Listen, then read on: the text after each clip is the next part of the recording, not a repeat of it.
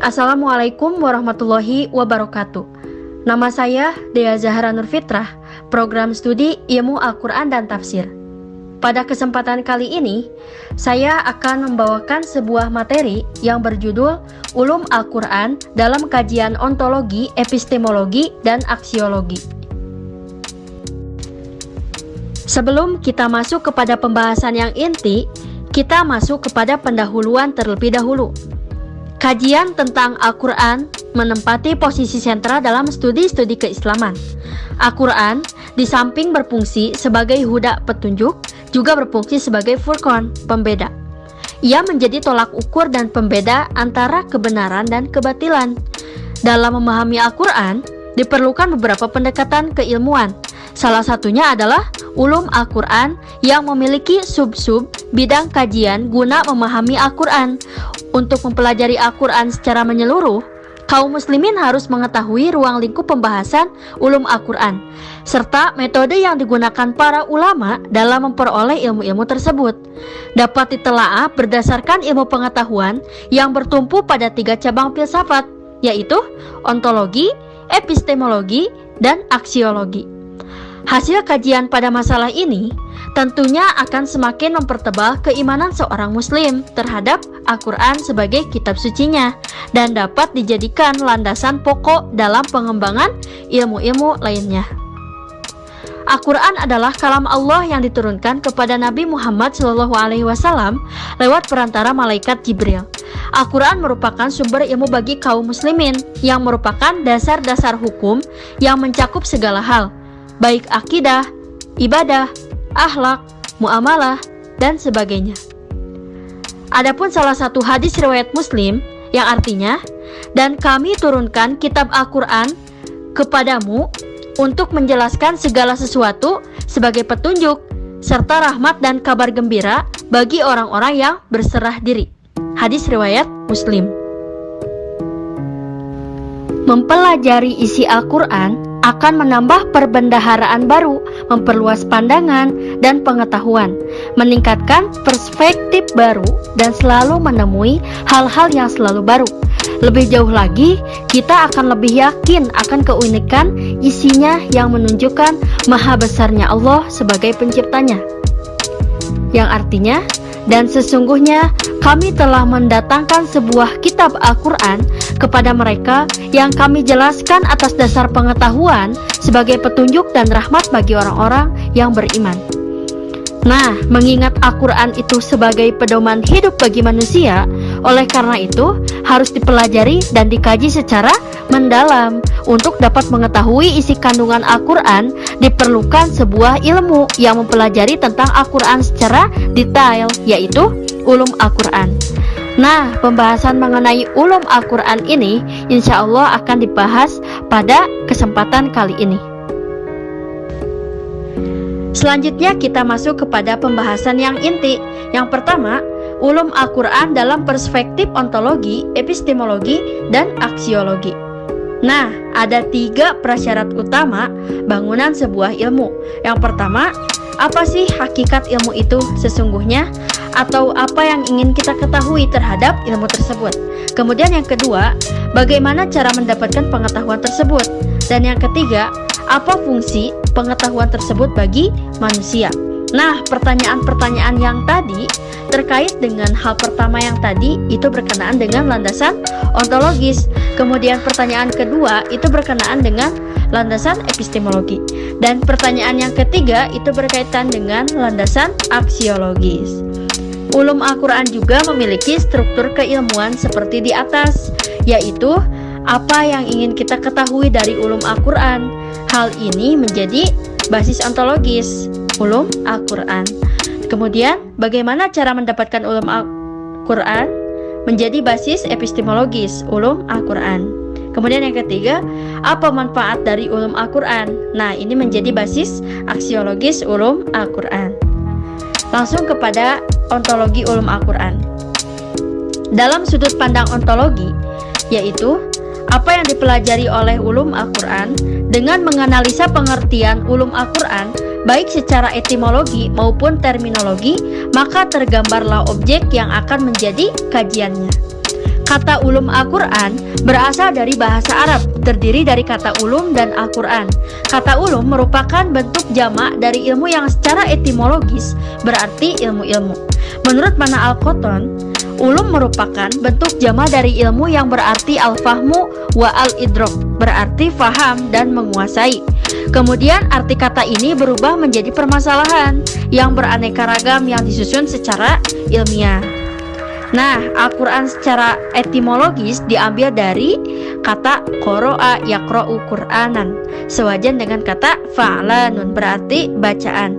Dalam pengertian ini, kata Qur'anan menjadi makru'un, yaitu isi maf'ul objek dari kata qoro'a. Hal ini sesuai dengan firman Allah Subhanahu wa Ta'ala dalam Al-Quran surat Al-Qiyamah ayat 75, yang artinya, sesungguhnya atas tanggungan kamilah mengumpulkannya di dadamu dan membuatmu pandai membacanya. Apabila kami telah selesai membacakannya, maka itu ikutilah bacaannya. Itu Quran surat Al-Qiyamah ayat 17 sampai 18. Nah, Al-Quran secara terminologis terdapat beberapa pengertian sebagaimana dituliskan As-Siddiqi sebagai berikut. Ahli usul fikih menyatakan Al-Quran adalah nama bagi keseluruhan Al-Quran dan nama untuk bagian-bagiannya.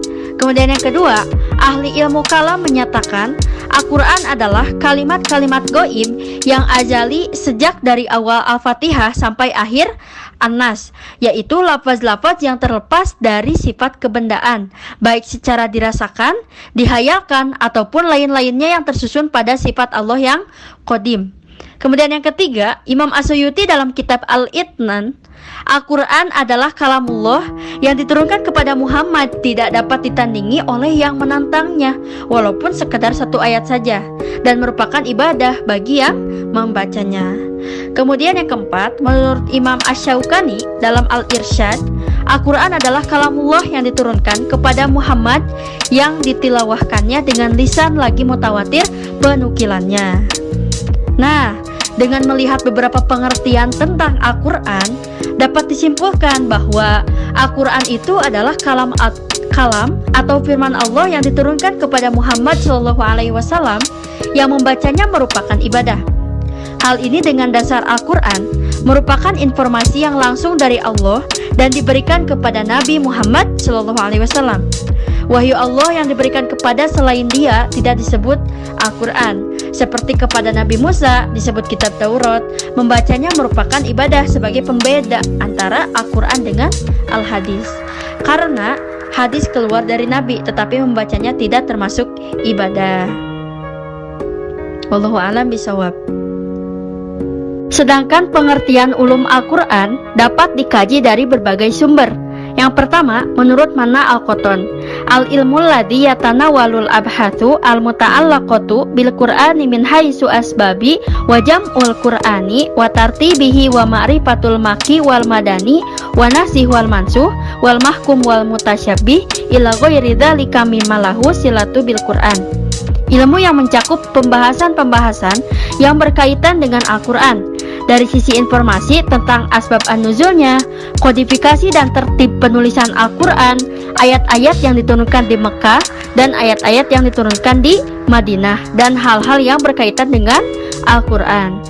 Kemudian menurut Az-Zarqani, mabahisu tata'an laku bil Qur'anil karimi min nahiyati nuzulahu wa tartibihi wa jam'ahu wa kitabihi wa qiraatihi wa tafsirihi wa ajizahu wa nasih wa mansuh wa dab'i sibahu wa an huwa nahwi dzalika. Beberapa pembahasan yang berkaitan dengan Al-Quran dari sisi turunnya, urutan penulisan, kodifikasi, cara membaca, kemujizatan, nasih dan mansuh, dan penolakan hal-hal yang bisa menimbulkan keraguan terhadapnya serta hal-hal lainnya. Pengertian ulum dan Al-Quran, jika digabung menjadi ulum Al-Quran, maka secara etimologi adalah segala ilmu yang berhubungan dengan Al-Quran.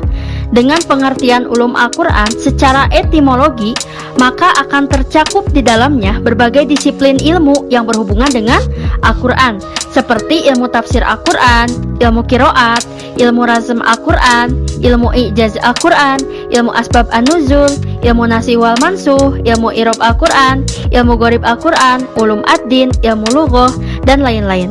Ilmu tersebut merupakan sarana dan cara untuk memahami Al-Quran. Ulum Al-Quran ini sering juga disebut usul tafsir atau dasar-dasar tafsir karena membahas beberapa masalah yang harus dikuasai oleh seorang mufasir sebagai sandaran dalam menafsirkan Al-Quran. Nah, secara garis besar, objek kajiannya dapat disimpulkan oleh Hatta Samsudin LC dalam modul Ulum Al-Quran sebagai berikut. Yang pertama, bahwa sejarah dan perkembangan ulum Al-Quran meliputi rintisan ulum Al-Quran pada masa Rasulullah SAW, sahabat, tabi'in, tabi'ut tabi'in, dan perkembangan selanjutnya lengkap dengan nama-nama ulama dan karangannya di bidang ulum Al-Quran di setiap zaman dan tempatnya. Kemudian yang kedua, pengetahuan tentang Al-Quran meliputi makna Al-Quran, karakteristik Al-Quran, nama-nama Al-Quran, wahyu turunnya Al-Quran, ayat makkiyah dan manadiyah, asbab an-nuzul, dan sebagainya. Kemudian yang ketiga, metodologi penafsiran Al-Quran meliputi pengertian tafsir dan takwil, syarat-syarat mufasir dan adab-adabnya, sejarah dan perkembangan ilmu tafsir, kaidah-kaidah dalam penafsiran Al-Quran, muhkam dan mutasyabih, am dan khos, nasih wa mansuh, dan sebagainya.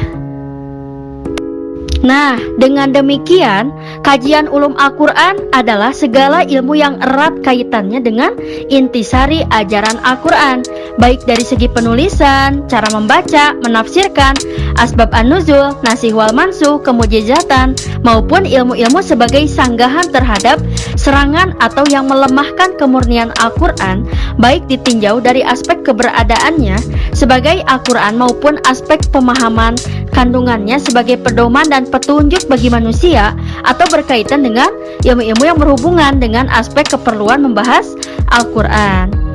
Kemudian yang kedua, ulum Al-Quran ini akan berkembang sesuai perkembangan waktu yang semakin kompleks dan global. Ulum Al-Quran ada karena perkembangan masalah yang berhubungan dengan Al-Quran. Hal ini tidak terlepas dari fungsi Al-Quran sebagai pedoman hidup umat Islam. Maka dari itu, sebagai pedoman hidup dari segi Al-Qurannya tidak bertambah. Akan tetapi, dari segi sarana yang dapat membantu memahami Al-Quran, semakin hari semakin berkembang tentunya. Contoh, ketika Al-Quran masih berada di kalangan bangsa Arab, Al-Quran masih berupa tulisan yang tidak dilengkapi syakal.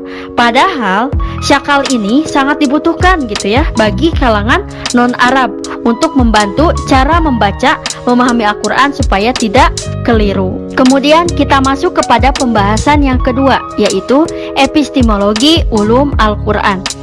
Epistemologis dapat dipahami sebagai sarana untuk meneliti prosedur-prosedur metodologis yang dibangun oleh beragam asumsi dengan cara mengkritisi serta mempertanyakan atau menguji kembali pengetahuan itu sendiri. Sejarah perkembangan ulum Al-Quran dapat pula ditinjau dari sudut metode ulum Al-Quran, walaupun disadari bahwa setiap fase mempunyai metode yang berbeda dalam penggalian ulum Al-Quran. A. Fase sebelum kodifikasi atau masa qabl asr at-tadwin.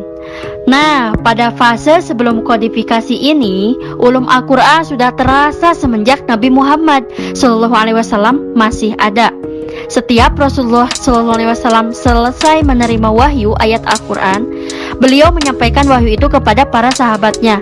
Rasulullah SAW menjelaskan tafsiran-tafsiran ayat Al-Quran kepada mereka dengan sabda, perbuatan, dan persetujuan beliau, serta dengan akhlak-akhlak dan sifat beliau. Kemudian B, ada fase kodifikasi. Kalau tadi kita membahas tentang fase sebelum kodifikasi, nah sekarang kita masuk ke fase setelah kodifikasi. Pada fase ini, ulum Al-Quran dan kitab-kitab keilmuan mulai dikodifikasi. Fenomena ini berlangsung ketika Khalifah Ali bin Abi Thalib memerintahkan Abul Aswad Ad-Dauli untuk menulis ilmu nahwu. Setelah itu, pengkodifikasian ilmu semakin marak, terlebih-lebih pada masa pemerintahan Bani Umayyah dan Bani Abbasiyah. Nah, dengan demikian gitu ya, pada fase inilah terjadi perkembangan ulum Al-Quran yang menghasilkan ulum Al-Quran yang mempunyai ruang lingkup pembahasan yang luas. Ulum Al-Quran itu meliputi semua ilmu yang ada kaitannya dengan Al-Quran, baik berupa ilmu-ilmu agama seperti ilmu tafsir maupun ilmu-ilmu bahasa Arab seperti ilmu balaghah, ilmu i'rab Al-Quran. Di samping itu, masih banyak lagi ilmu-ilmu yang tercakup di dalamnya. Nah, dalam kitab Al-Itqan, As-Suyuti menguraikan sebanyak 80 cabang ilmu. Dari tiap-tiap cabang terdapat beberapa macam-macam ilmu lagi. Kemudian dia mengutip Abu Bakar Ibnu Al-Arabi yang mengatakan bahwa ulum Al-Quran terdiri dari 7.745 ilmu. Hal ini didasarkan kepada jumlah kata yang terdapat dalam Al-Quran dengan dikalikan 4, sebab setiap kata dalam Al-Quran mengandung makna zohir, batin, terbatas, dan tidak terbatas. Nah, perhitungan ini masih dilihat dari sudut mufradatnya. Nah, adapun jika dilihat dari sudut hubungan kalimat-kalimatnya, maka jumlahnya menjadi tidak terhitung, sebagaimana firman Allah Subhanahu wa taala yang artinya, katakanlah sekiranya lautan menjadi tinta untuk menulis kalimat-kalimat Tuhanku, sungguh habislah lautan itu sebelum habis ditulis kalimat-kalimat Tuhanku, meskipun kami datangkan tambahan sebanyak itu pula. Kemudian adapun metodologi ulum Al-Quran pada fase kodifikasi ini secara umum terbagi atas 2 bagian, yaitu metode transmisi atau periwayatan. Pada metode ini, cara yang digunakan untuk mendapatkan ilmu ini adalah berdasarkan periwayatan dari orang-orang yang melihat dan mendengar langsung tentang turunnya ayat Al-Quran yang dimaksud. Cabang-cabang ulum Al-Quran yang menggunakan metode ini adalah asbab an-nuzul, makiyah, dan madaniyah, ilmu qiraat, ilmu nasih, wal mansuh. Kemudian yang kedua, metode analogi atau ijtihad. Nah, pada metode ini, cara yang digunakan untuk mendapatkan ilmu ini adalah berdasarkan ijtihad. Jika tidak ditemukannya riwayat baik dari Nabi maupun para sahabat, nah oleh karena itu tidak ada keharusan mencari riwayat pada setiap ayat.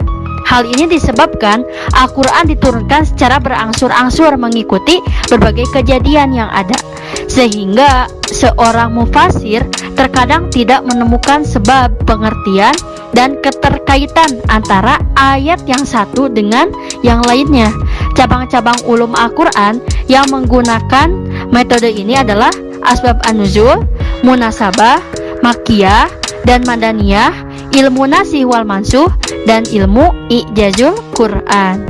Selanjutnya kita masuk kepada pembahasan yang ketiga, yakni aksiologis ulum Al-Quran. Aksiologi dalam filsafat ilmu berbicara tentang kegunaan dari sebuah ilmu. Untuk apa ilmu itu dipelajari? Apa nilai manfaat buat kehidupan manusia? Nah, maka aksiologis ulum Al-Quran tidak terlepas dari tujuan Al-Quran itu sendiri. Al-Quran seperti diyakini kaum muslim merupakan kitab hidayah, petunjuk bagi manusia dalam membedakan yang hak dengan yang batil. Dalam berbagai versinya, Al-Quran sendiri menegaskan beberapa sifat dan ciri yang melekat dalam dirinya.